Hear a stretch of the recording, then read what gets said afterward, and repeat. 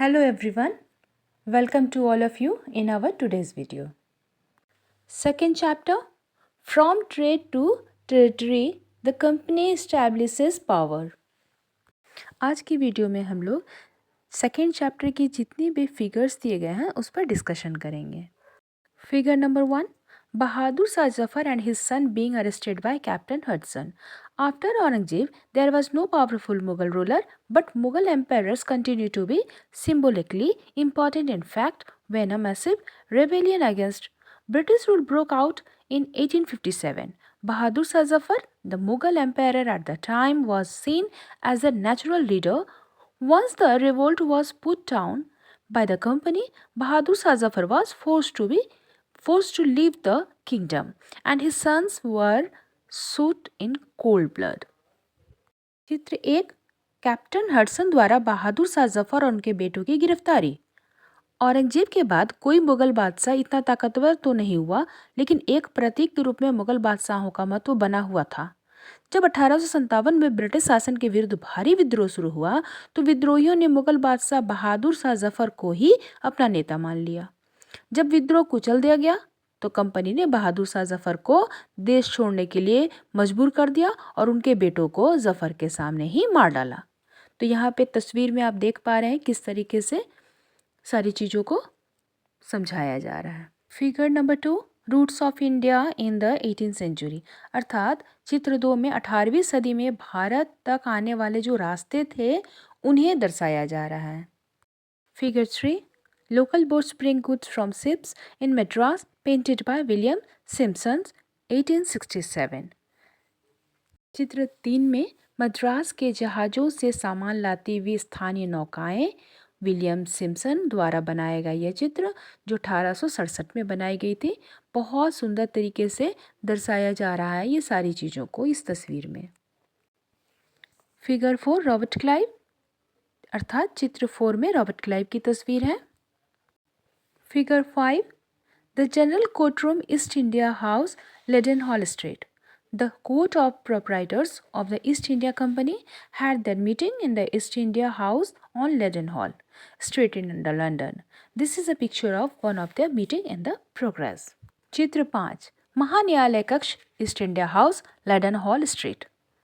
East India company के court of proprietor की London में स्थित लेडन हाउस स्ट्रीट पर बने ईस्ट इंडिया हाउस में बैठक होती थी और यह चित्र जो है एक इसी सभा को दर्शा रहा है.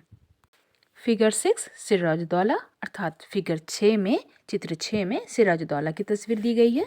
Figure number 7, Nawab Sirajuddaula of Awadh with his sons and the British resident poem painted by Tilly Kettle, Oil, 1772. The treaties that followed the Battle of Buxar forced Nawab Sujauddaulah to give up much of his authority. Here, however, he pauses in regal splendor, towering over the resident. Figure number 7, अर्थात 7वीं number जो चित्र हैं उसमें अपने बेटों को British resident के साथ खड़े नवाब सिराजुद्दौला को दिखलाया जा रहा है जो टिली कैटल द्वारा बनाया गया था. ये पहली चित्र है जो 1772 में बनी थी. यह बक्सर की लड़ाई के बाद हुई जो संधि थी उसके बाद सिराजुद्दौला के ज़्यादातर अधिकार तो छीन लिए गए थे, लेकिन यहाँ उनको रेजिडेंट के सामने बिल्कुल चिर परिचित शाही शान शौकत के साथ दिखाया जा रहा है. फिगर 8, टीपू सुल्तान, चित्र 8 जो है वो टीपू सुल्तान की है. Figure number 9, Cornwallis receiving the sons of Tipu Sultans as hostages, painted by Daniel Ohm, 1793. The company forces were defeated by Hyder Ali and Tipu Sultan in several battles, but in the 1792 attack by the combined forces of Marathas, the Nizam of Hyderabad and the company, Tipu was forced to sign a treaty with the British by which two of his sons were taken away as hostages. British painter always liked painting scenes that showed the triumph of British power. तस्वीर number 9, Tipu Sultan के बेटों को बंधक के रूप में Cornwallis के सामने पेश किया जा रहा है. डेनियल आम द्वारा यह चित्र 1793 में बनाई गई. कंपनी की फौजों को हैदर अली और टीपू सुल्तान ने कई बार युद्ध में हराया था, लेकिन 1792 में मराठों, हैदराबाद के निज़ाम और कंपनी की संयुक्त फौजों के सामने हमले के बाद टीपू सुल्तान को अंग्रेजों से संधि करनी पड़ी। इस संधि के तहत उनके दोनों बेटों को अंग्रेजों ने बंधक के रूप में रख लिया।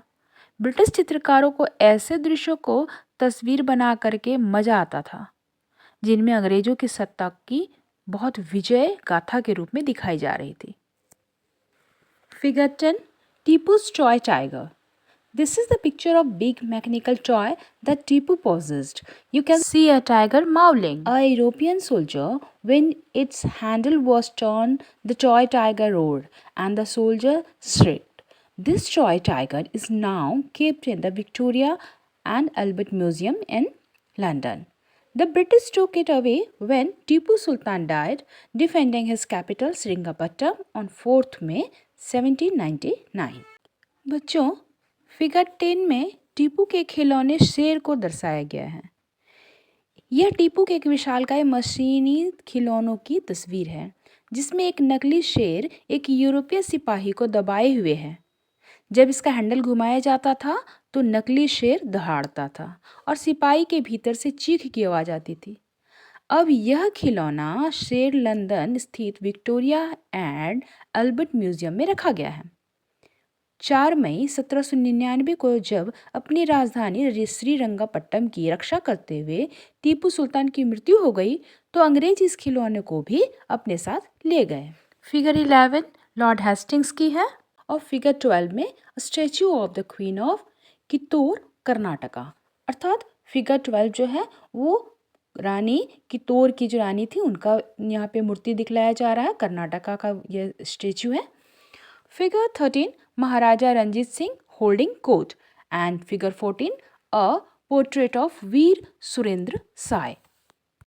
तस्वीर 13 महाराजा रंजीत सिंह के कोर्ट का दर्शन कराता है और 14 जो है वो पोर्ट्रेट है वीर सुरेंद्र साय की।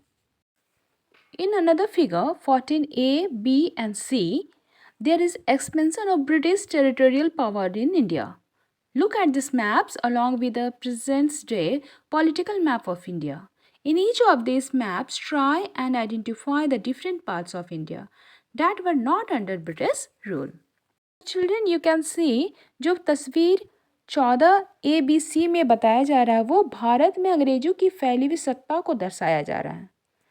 इस नक्शे को देखकर भारत के वर्तमान राजनीतिक नक्शे के साथ अगर आप ध्यान दें रखेंगे से तो आप पाएंगे कि तीनों नक्शों में उन इलाकों की पहचान करना है हमें जो ब्रिटिश शासन के अंतर्गत नहीं थे। आप देख रहे हैं एक है एरिया अंडर ब्रिटिश रूल और दूसरा है area not under British rule. Figure 15 the trial of Warren Hastings painted bye R.G. Pollard 1789। When Warren Hastings went back to England in 1785, Edmund Burke accused him of being personally responsible for the misgovernment of Bengal. This led to an impeachment proceeding in the British Parliament that lasted 7 years. बच्चों, तस्वीर 15 Warren Hastings पर मुकदमा को दर्शाया जा रहा है। R.G. Pollard द्वारा चित्रित यह 1789 में बना था। जब वॉरेन हेस्टिंग्स 1785 में इंग्लैंड लौटे तो एडमंड ब्रके ने उस पर बंगाल का शासन सही ढंग से न चलाने का आरोप जड़ दिया। इस आरोप के कारण हेस्टिंग्स पर ब्रिटिश संसद ने महाभियोग का मुकदमा चलाया जो 7 साल तक चली भी। In figure 16 A Sawar of Bengal in the Service of the Company painted by an unknown Indian artist 1780. After the battle with the Marathas and the Mysore rulers, the company realized the importance of the strengthening its cavalry force. Figure number जो 16 है उसमें company के लिए काम करने वाला बंगाल का एक सवार एक अज्ञात भारतीय चित्रकार द्वारा बनाया गया ये चित्र जो 1780 में बनी थी उसे दर्शाया गया है।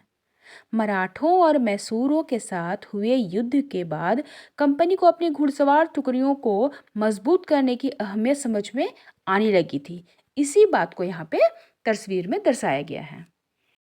तो बच्चों, आज हमने बहुत सारे तस्वीरों को देखा उन तस्वीरों के द्वारा जो चित्रकार है या पेंटर है उन्होंने क्या कहना चाहा उसे भी समझा। तो चैप्टर को रीडिंग करते वक्त किसी प्रकार की कोई डाउट रहती हैं तो ये फिगर्स जो हैं, ये तस्वीर जो है हमें हमारे हर प्रकार के डाउट से बाहर निकालता है। उम्मीद करूँगी आज का वीडियो आप लोगों को पसंद आया होगा। जल्द ही मिलेंगे नए वीडियो में नए चैप्टर्स के साथ। तब तक अपना और अपने परिवार का ख्याल रखें। जय हिंद, जय भारत।